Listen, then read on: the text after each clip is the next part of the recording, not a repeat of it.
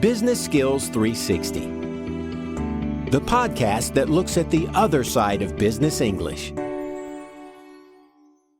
Hello, and welcome back to the Skills 360 podcast. My name's Alex, and I'll be your host for today's lesson on how to influence people.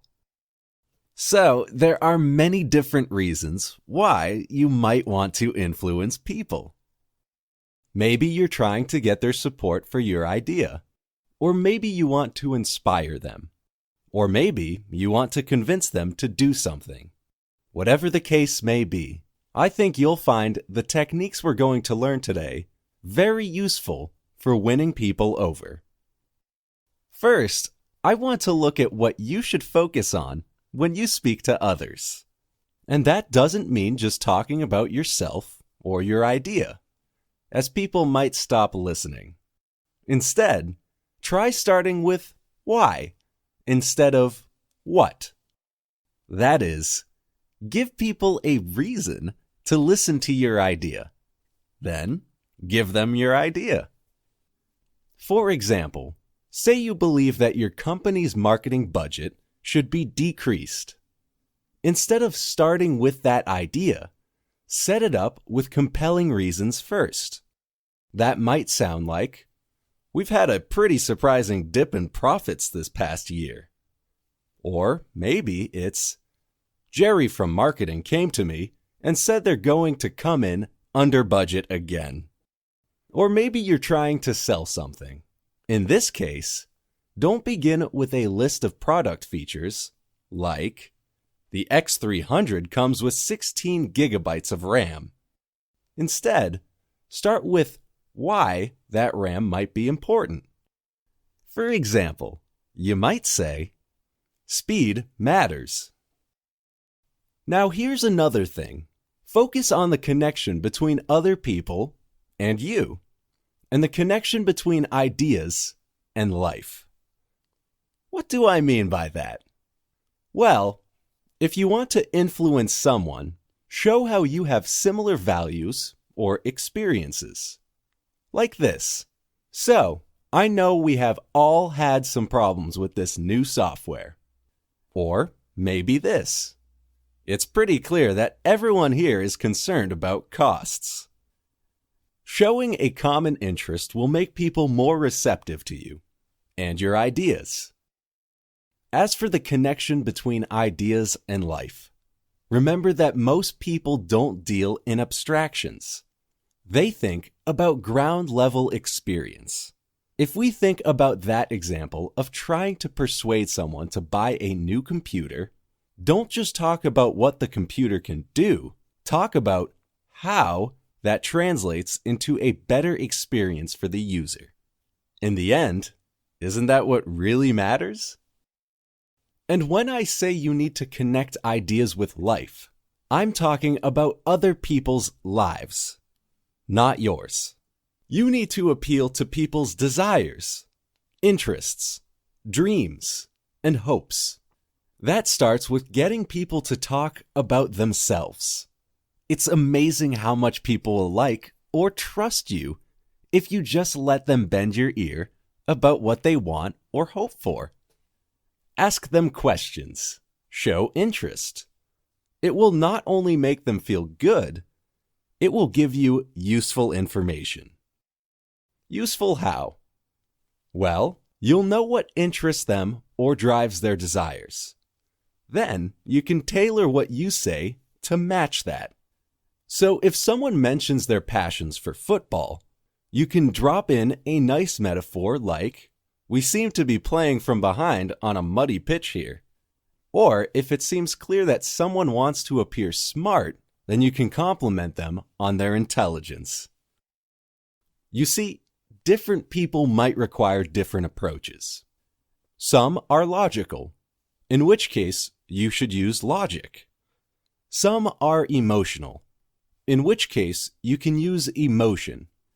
Basically, you need to play off their personality, their desires, and their hopes. And what will happen is they will feel a greater connection, greater trust, and greater interest. and that equates with greater influence. But still, influencing someone doesn't just mean making someone feel good. Like I said earlier, maybe you want to persuade them, or inspire them, or sell them something. And to do these things, it also matters how you talk about your ideas. For one thing, you should demonstrate passion, create energy around yourself and your ideas. Don't say good, say fantastic. Passion is like a magnet. It draws people in and makes them want to be involved. And here's another thing. Try to create a sense of urgency. Whatever you're talking about, you should do it in a way that makes people think action is required now, not later. All right, let's recap these ideas. If you want to influence people, you need to start with why, not what. You also need to make connections between yourself and others, and between your ideas and other people's lives. Appeal directly to what makes people tick. And always remember to wear your passion on your sleeve. That's all for today. If you'd like to test yourself on what we've just covered, have a look at the businessenglishpod.com website. There, you'll find a quiz about today's show as well as a complete transcript. So long, and see you again soon. Business Skills 360, the podcast that looks at the other side of business English. Hello, and welcome back to the Skills 360 podcast. My name's Alex, and today we're going to look at some more techniques for influencing people. The power to influence can allow you to do many wonderful things, such as lead people, change their minds, motivate them to action, and negotiate successfully. These are abilities that can help you in life and in business. Now, it might seem like some people naturally have more influence than others, but that's not always the case. Many powerful people have learned how to influence people using specific techniques. In our last lesson, we had a look at what you should talk about and how you should talk about it. Today, I want to take a closer look at some language techniques that can open the door to greater influence. And these techniques all help build rapport or trust with the person you're talking to. Let's start with one key habit that really makes a positive impression on people: using their name. Dale Carnegie, who literally wrote the book on influencing people, said that a person's name is to that person the sweetest and most important sound in any language. And this doesn't just mean when you first greet them. Drop their name into the middle of a conversation, or in the middle of a sentence, like, "So, I'm wondering, Susan, if we should try something a bit different here." You can probably think of someone you work with who does this habitually. Next time you talk to that person, think about how it makes you feel to hear your name. Not only do people like to hear their name, they like to hear their own ideas too. For that reason, it's a good idea to echo what other people say. On a basic level, you can just repeat a single word. So if Bob says that something is essential, you can use that word, essential, in what you say too. That will help Bob connect with your ideas. But you might use more than just one word. You might repeat an entire idea, like, "So Bob, you think that it's absolutely essential to increase our workforce? That's definitely something to consider." Bob will feel heard and validated simply because you repeated his idea. And besides repeating what people say, you can mirror how they speak. If someone is speaking informally, you can speak informally too. If someone leans in when they speak, you can lean in too. Sometimes we do this without even knowing it. Whether you're aware of it or not, mirroring can help build rapport. But a word of caution here, mirroring is effective with peers, or colleagues, or people in the same position as you. But mirroring across lines of seniority can have a negative effect. And don't try imitating someone who is very different from you. You don't want to come across as mocking.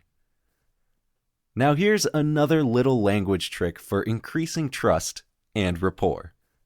Instead of saying I and you, try saying we. How can you do that? Well, if you're giving an opinion, rather than saying, I think that maybe, try saying, maybe we should. And instead of saying, you need to come up with a solution, you might try, we need to come up with a solution. You might mean you, but using we makes it feel more collaborative.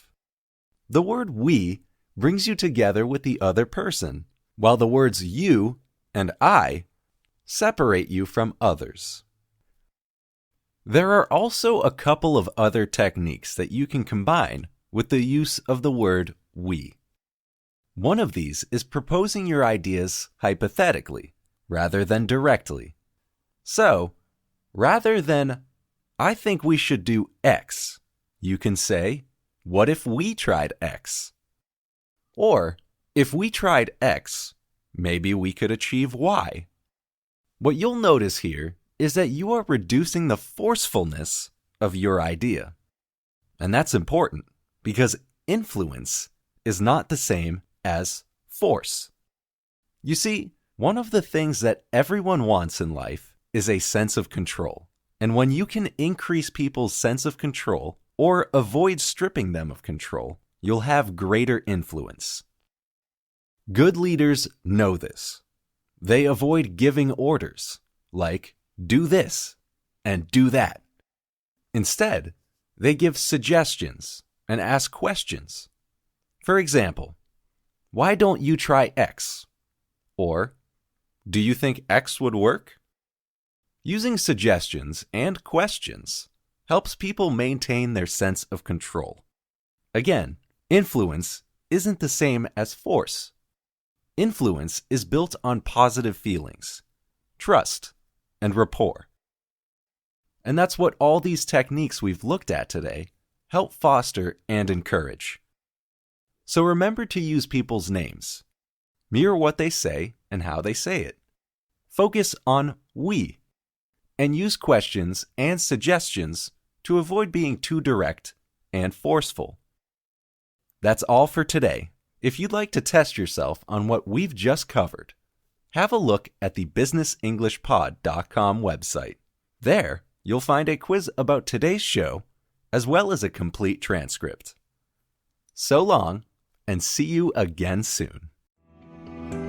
Business Skills 360, the podcast that looks at the other side of business English. Hello, and welcome back to the Skills 360 podcast. I'm your host, Tim Simmons, and today I want to look at how you can sound credible or believable. And believe me, this is going to be one really great lesson. Trust me, it's going to be great, unbelievably great. Okay, but really, folks, does that kind of thing sound familiar? It's election year in the U.S., and you've probably been hearing some pretty big talk from the candidates. One of the most glaring problems with so much of these candidates' statements is that of credibility. Sounding credible means that people can trust you and trust what you say, and not just because you tell them to. Sounding credible also means people will respect you and believe you have the competence to get the job done. So, how do you make people believe that? What exactly should you say to sound credible? And what should you not say? Well, one thing that credible people do is talk about principles or values. These are the basic ideas behind how we act and make decisions. So if you're in a meeting and you're arguing against an idea, make sure you reference the principles that have led you to your opinion. For example, that might sound like, "I'm concerned about efficiency," or "This doesn't match our company's commitment to excellence." Efficiency and a commitment to excellence are values, and talking about them makes you sound more credible. Now, because credibility is related to trust, it's important to be transparent or open and upfront about a situation or your intentions. If you've got some bad news to deliver, don't pretend everything's rosy. Or say you're trying to recruit someone for your team and you fail to mention all the challenges they might face. That's not transparent, and your credibility will suffer if you're not open and honest. Another essential habit of credible people is that they admit when they're wrong or when they've made a mistake. After all, we're only human. It's completely unreasonable to think that anyone is perfect. Nevertheless, a lot of leaders have a really tough time admitting their own fallibility. They're afraid of being seen as incompetent. And some are simply arrogant enough to think they don't make mistakes. But there's a ton of research to show that a leader who admits to mistakes enjoys greater respect than one who doesn't. Of course, it's not just enough to admit a mistake. The next step is accepting responsibility for that mistake. And that whole idea of making things right ties back in with values and principles. People who don't try to right their wrongs, on the other hand, lack credibility. Now you might be thinking, but if a person makes too many mistakes, even if they admit it, will people still believe in him? In other words, isn't there a limit to how many mistakes people will accept? Sure there is. You can't just screw up everything you touch and expect people to still believe in you. And that's why credible people know the importance of research and preparation. Talking about what you don't know or don't understand is a recipe for disaster. You need to make sure you know what you're talking about, because the more you know or understand, the fewer mistakes you'll make. The same is true about good preparation in general. People who don't have credibility are often terribly unprepared, and they make up for that by ranting and raving and appealing to emotion over logic. Sure, this might work for some leaders or politicians, but usually it means putting your foot in your mouth and then dealing with the aftermath. All right, so let's just run through some of the things credible people say. First off, they talk about the values and principles behind their ideas. They're also open and transparent about their aims. They admit when they're wrong or they've made a mistake, and they work to correct those mistakes. And finally, they make fewer mistakes in the first place because they're prepared. In our next lesson, we'll look at some things not to say if you want to sound more credible. That's all for today. If you'd like to test yourself on what we've just covered, have a look at the businessenglishpod.com website. There, you'll find a quiz about today's show, as well as a complete transcript. So long, and see you again soon. Business Skills 360, the podcast that looks at the other side of business English. Hello, and welcome back to the Skills 360 podcast. I'm your host, Tim Simmons, and today I want to talk about how you can sound more credible or believable. In our last lesson, we looked at what you should say to sound credible. In this lesson, we're going to take a look at what not to say. In other words, there are some things that can damage your credibility. These are habits or expressions that will make people trust you less, not more. One thing that makes you sound less credible is talking about yourself too much. The words I and me are dangerous if you use them too much. Boasting about what you've done and what you know or who you know won't make most people trust you more. All right, it might work for some politicians with some listeners, but for the most part, talking at length about how great you are is not a good idea. Another thing to avoid is exaggeration. If your company earned $800,000, don't say, "We've made millions of dollars." And if there have been a few dozen complaints, don't say there have been hundreds or thousands of complaints. Just be straight up with people. Tell them the truth. Then, explain why it matters. Exaggerating for emotional effect does not make you sound more credible. A related habit is using too many superlatives and other extreme language. Superlatives are words like the most, or the best, or the worst, or the first. And other extreme language includes always and never. I mean, if you're debriefing after a corporate event that didn't go too well, what do you think sounds more credible? The person who says, "Never in my life have I experienced such a bad event. It was the worst failure in our company's history."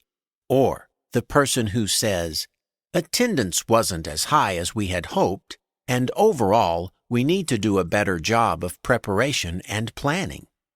Well, that second statement actually gives evidence. That is, it doesn't just make blanket statements. It talks about specifics, like evidence and planning. Giving evidence and providing specifics sounds far more credible than general statements using extreme language. So, what if you don't have any evidence or don't know any specifics? Well, then you shouldn't be talking about things you don't understand. And there's nothing wrong with admitting it. The person who says, "I really don't know about that," enjoys greater credibility than the person who rambles on despite his ignorance. One of the problems with rambling is that it leads to inconsistency. One day you say this, the next day you say that. And pretty soon, people don't know what you actually think. And they doubt you really know what you're talking about. In other words, you have no credibility. But if you're prepared, like I suggested in our last lesson, and you stick to what you know, then you won't have to backtrack. There's nothing worse than having to say, "Yeah, well, what I said before isn't quite true." Now, you've probably heard about the power of positive thinking. Or you've read that optimism leads to success, and that focusing on the negatives will lead to failure. Well, positive thinking is great, but you can't deny it. Not everything is perfect, and the person who stands up and says everything is peachy when it's clearly not can't really be trusted. You'll be far more credible if you can face up to reality. So, rather than saying, "Oh, don't worry, everything with the new staff will work out great," you might want to face reality with, "Yes, there are some problems, and we need to talk about them." Okay, there's one more thing I want to warn you against. It's an expression that people sometimes use to introduce bad news or an opinion that not everyone agrees with. That expression is, to be honest. Can you see the problem with this expression? If someone suddenly says they're being honest, what does it mean about the other things they talk about? Are they usually not honest? But now, suddenly, they want to open up and tell the truth? No. Being credible means that people believe you're honest without you having to announce it. All right. How about a recap? I've talked about some of the things you should avoid, like talking about yourself too much, exaggerating, and using extreme language. I've also suggested knowing what you are talking about and relying on facts and evidence. And finally, I've cautioned against being too optimistic. Now, if it seems like sounding more credible takes more work, well, perhaps it does. Nothing comes easy, especially trust and respect. Believe me, that's all for today. If you'd like to test yourself on what we've just covered, have a look at the businessenglishpod.com website. There, you'll find a quiz about today's show, as well as a complete transcript. So long, and see you again soon.